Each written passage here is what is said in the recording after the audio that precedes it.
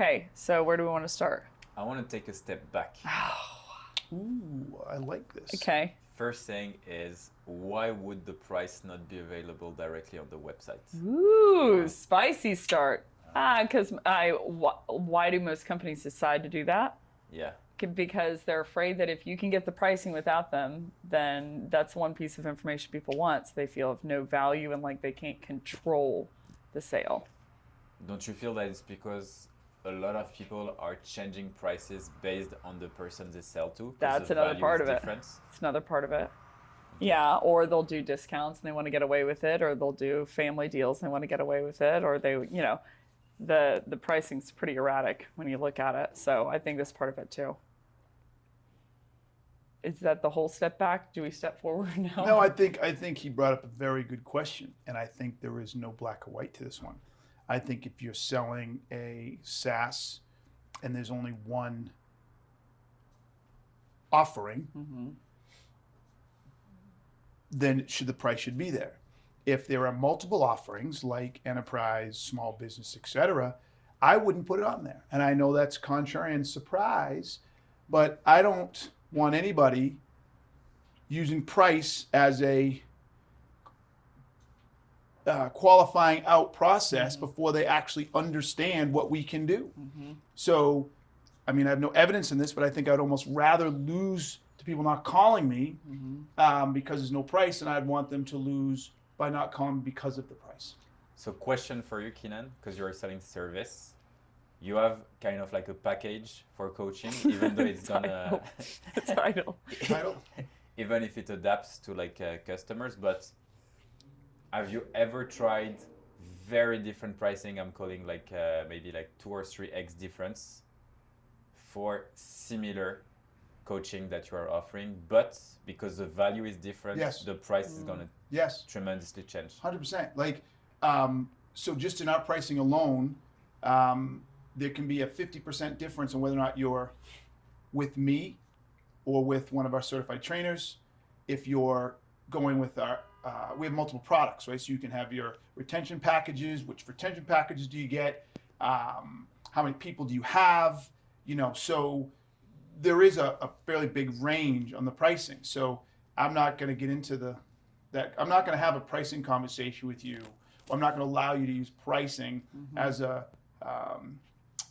what's what I'm looking for, an evaluation tool or a criteria, an evaluation criteria on the front end of a sale. I'm not going to do it. Low transactional shit all day long. If I'm selling shirts, pants, okay, all day long. But the minute you get into something that has complexity and greater value, I'm not going to do it. And I'll go down swinging on that one. Like, okay, fine, I'll lose customers on that because it just doesn't make sense to me. Interesting. I think it puts an interesting feel. Putting pricing on the website, I know this wasn't the topic, but putting pricing on the website does an interesting feel. It does give a benefit, and I think also a drawback. The benefit it gives is I don't see many people do it, and I think it's kind of confident to basically be like, here's the price. Most sellers like hold it back because they think that's the one capital that they have that, that buyers want, right? If they only knew there's other things that they could add to the conversation. So I think that the benefit is, and there's one company that comes to mind that basically does that. They put the pricing on the website. I think it's a confident move. Salesforce does. Oh, they do? I didn't know that. The downside to it, though, is to Keenan's point, if I think that I need something, it's based on a self-diagnosis. It's also based on a self-prescription, which introduces a ton of error.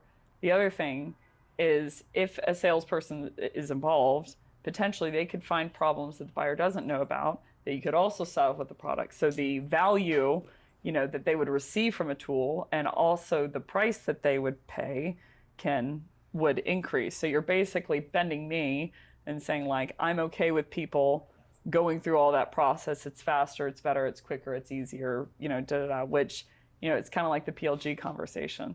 Like, do you succumb to how the buyer wants to buy if your reps just like across the board aren't essentially doing everything that I just mentioned? What you just mentioned is perfect world. Yeah. And I don't see it from my observation. I don't see that very often, I don't either. Unfortunately. And I think that's why we're here, is to help slowly but surely, more and more sellers become professionals. Because what you described is a professional salesperson. Yeah. What I see a lot of is amateurs Yeah. that are out there and they're holding on the price. They're not showing value. So buyers are frustrated and they hate salespeople. I know. Because it's like, I'm pulling out all the hair that I still have left because you're not adding any value. Just give me the damn price. Well, yeah, it's like what they should be an expert is not an expert in selling. They should be an expert in the buyer. They should be an expert in the gap. Which makes you an expert in So, the buyer. right. So that you should be an expert in the person's field that you're selling to. And I see this as a litmus test. Like I ask every single program that I train, I'm like, hey, so keep your hands down, but how many buyers do you have? And they're like, 5. And I'm like, cool. So just think through in your mind, if you can, for each one of those 5 buyers, name what they're metriced on, by and large. And if you can't name that, that's the beginning to expertise. That's like being like, I want to be a tour guide for Atlanta, and then I know Atlanta's in Georgia. That's what knowing what their metrics on. So not to paint a very accurate picture, but I'm like, if you can't name that, you cannot justify to me that you're an expert in your buyer. So I'm like, so start there. But I did want to shift the conversation for a little bit. So when and we were kind of talking about it yesterday, but when your buyer comes in and they're like, I just want a demo, I just want pricing, which I see happen a lot. Maybe they don't say those words, but you can feel it on the line. What do you do then? Do you give it to them? Do you not give it to them? If you don't give it to them, what happens? They get angry? Discuss.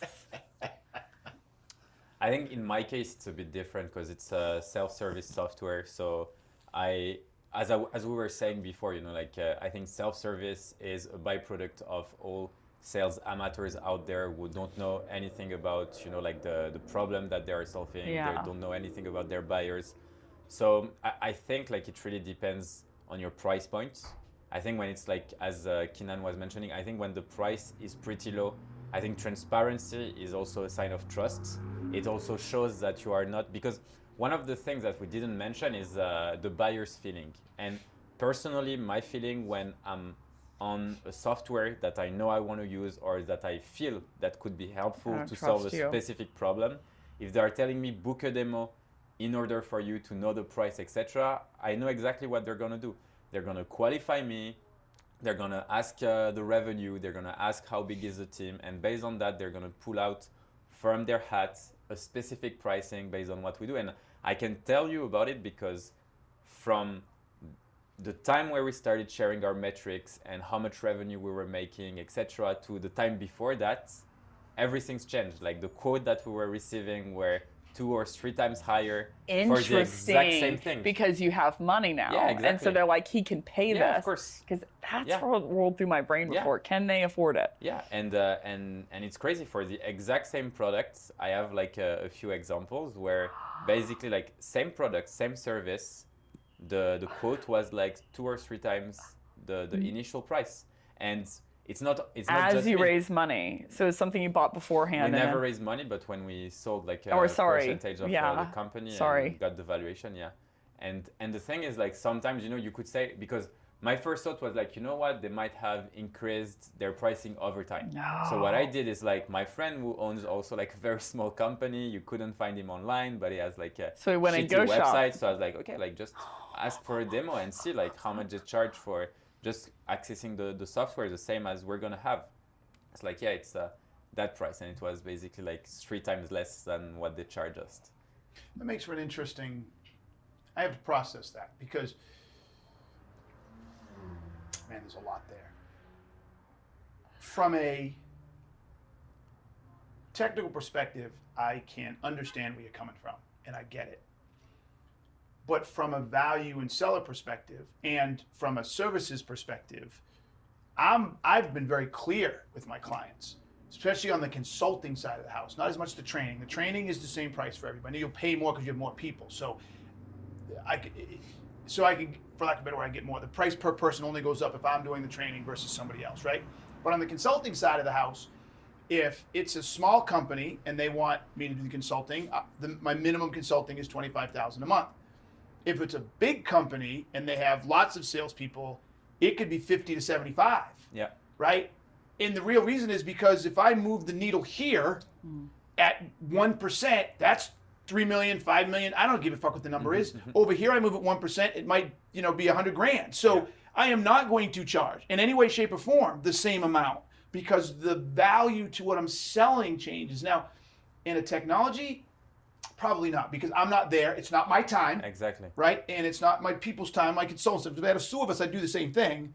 So, yeah, I mean, I think it depends. Because for consultancy, I agree. And, you can take, because you can take exactly like the same product. So let's say if I buy a bottle of water in Walmart, it's going to cost me maybe 10 cents. Yeah. But if I'm in the fucking desert and I'm really you're gonna pay $100, $1,000, $1 million. $1 million, I'd be happy, That's for the it. problem now. Now it's problem driven. Yeah, see, hey, look at he's coming over. It's problem driven. I have a question. So let's say they are in the desert and they need it. Oh, here she goes. This is like gouging and shit like that. No, I'm like, do you, because what my brain instantly goes to is what hypothetically they did to G. Let's spike it up because I know they need it. No, but ethically, it's like this thing only cost X, and so I'm only going to charge you X. So ethically, that's where the whole metaphor falls down. You can't go ethically. That's a business, and he doesn't have to buy it. He's not going to die It's tomorrow. a genuine question, by the way. Yeah. I'm not. But no, I'm answering. No, I think the difference is here's the size of your problem. You gap sell the shit out of it. Here's the size of the problem. Here's the size of the gap, right? Where you are now, where you want to be, all the underlying stuff.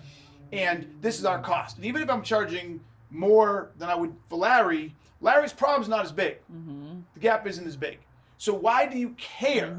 And if you really think about it, I'm going to make this really up. The difference might be 30, 40, 50% more, maybe double. So instead of paying $200 a person, maybe $400 a person, I'm just making up. So the total is maybe 20 grand more a year. But what you get return on that could be 100, 500,000, a million. Why are we talking? We get caught up in the stuff that doesn't matter. So, and if he doesn't like it, he can go buy it from someone else. Unlike the desert, you're the only person. I'm not going to let you die. You can't bring that moral. It sounds like your instance, the pricing was based on revenue. So Yeah. SMBs are here. They pay this amount. Okay, that's messed up. How much- larger How much enterprises can are they? Yeah, and I think it all intertwines to me. Well, I can tell you where I feel. I've won rapport sometimes is Larry's in the desert. He needs water. He's going to die. You're not in the desert, but you're thirsty. And I sold it to you for $1. And I could sell it to you for $100. But I'm like, but I love Larry, so it's $1. Okay, Congrats, but Larry. that's It stays at personal. $1. That's personal. Look at freaking 7-Eleven. 7-Eleven, you don't pay $1.10 for water. You pay $3. It's the convenience. So it's not. See, this whole conversation, what I'm paying for the product, is a product-driven conversation, and I do everything I can to get off the product-driven conversation. I know. I'm not buying the bottle of water when I go to a 7-Eleven. How big is the problem? I'm buying Totally. the convenience. So if I know the problem is huge, though, I know the have problem every is right to huge. charge more. To me, right, you have every right. I know that, and I think that it increases the likelihood that they will buy. Yeah. But I still, in my squirrely little flippant opinion, I'm like, well, I understand that you're going to solve a ton more problems with it, but here's the thing. I sold it for... So you're the type of person that if you owned a movie theater and you owned a corner store, you would sell all the food and popcorn and candy at the movie at the same price you would sell it at the corner store. I think if it's a physical product, then we're talking something different. If location matters, then I think that there's something qualitatively different there. But yes, I think it's unethical that you would sell, popcorn, hot dog, whatever at 15 times the price because they can't get it other places because you can't have any drinks whenever they come in. To me, that's a great example. I'm never going to let you be the CEO of my company. That's a great example of you using it to your advantage where you're at odds with your buyer. Because if your buyer was on the same team as you, if you were your buyer, you'd be like, I want to get that for $1. I'm not saying an unfair cost, but I'm saying what a bottle of water is worth at 7-Eleven. I would sell it for the exact same cost. And I think that the The value to me, in my experience, is when you do that and when they know that, all of a sudden they want to buy from you 14 times more. And they also want to tell the friends about it because they can now, like, net trust you. Because even when you had the power, you didn't exert it over them. That's, I mean, again, that's an interesting take. I hear where you're coming from. That's an interesting take. And I mean, we're talking about bottled water, and I think you just posted about it. When you go to Vegas, that bottled water that costs you $3 at 7-Eleven is going to be $13 in Vegas. I've been there before. Okay, but let's flip the script. Yeah. Hey, in Vegas, your booze is free. Correct.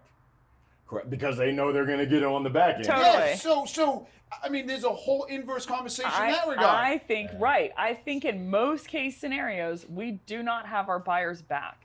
And they freaking know it. Oh, this is an interesting conversation.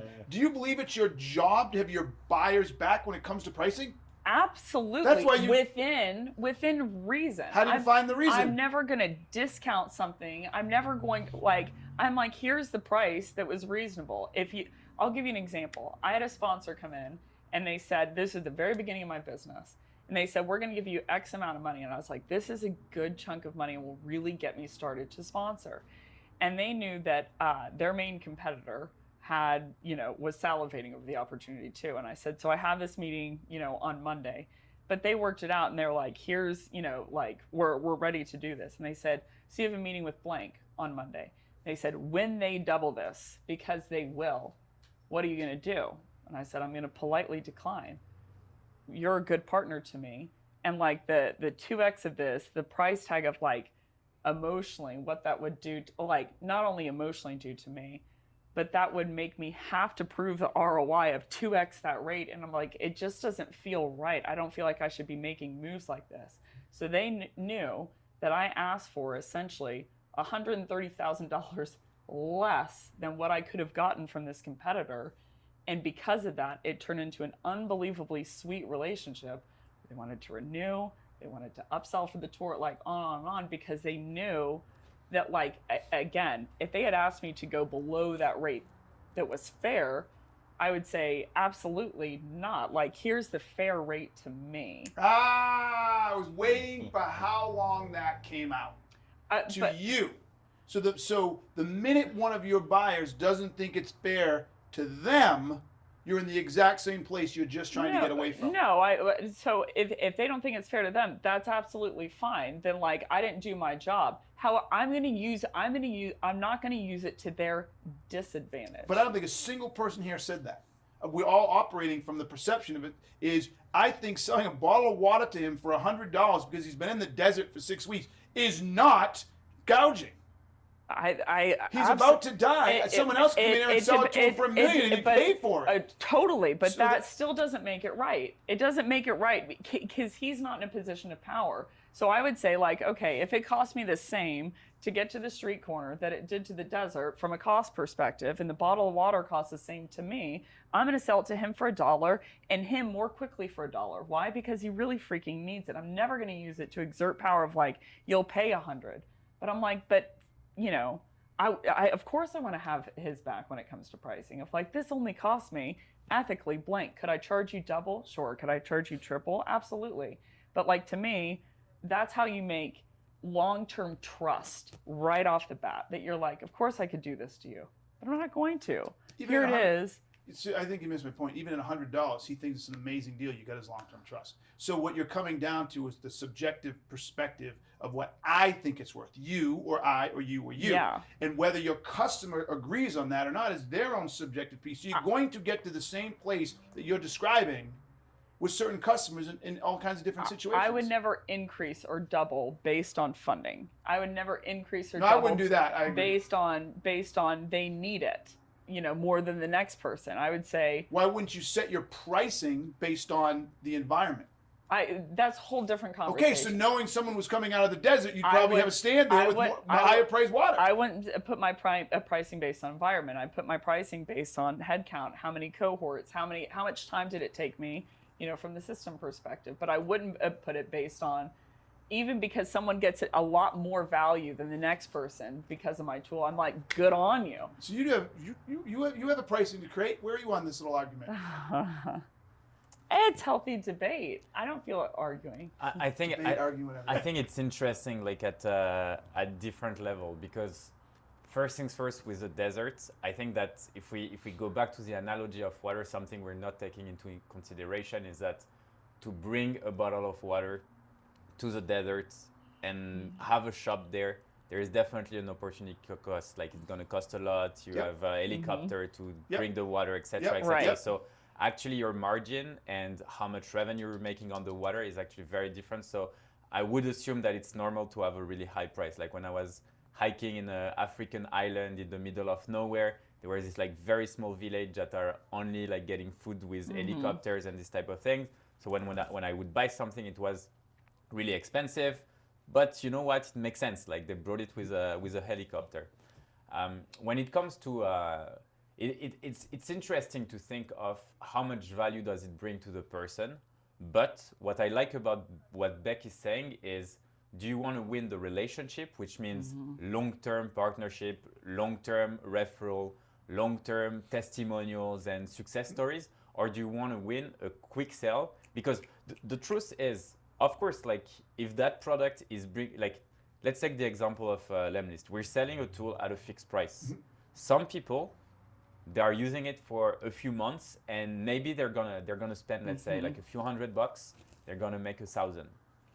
Okay, fine. It's good ROI, like decent. But others are gonna use it for a couple of months, and they're gonna make millions because their deal size is totally insane, totally different.